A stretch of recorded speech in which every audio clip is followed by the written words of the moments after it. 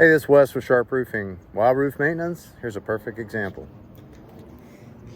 We got called out to this property to take a look at this roof, 3-tab shingle put on 3 years ago, not reporting any leaks. What have I seen so far on the first building I got on? This 3-tab shingle lift, because these only have a wind speed protection of about 60 miles an hour here in Florida, lasts about 15 years. See these 2 nails exposed as the sheet flow comes down this hill? Oh, it's leaking.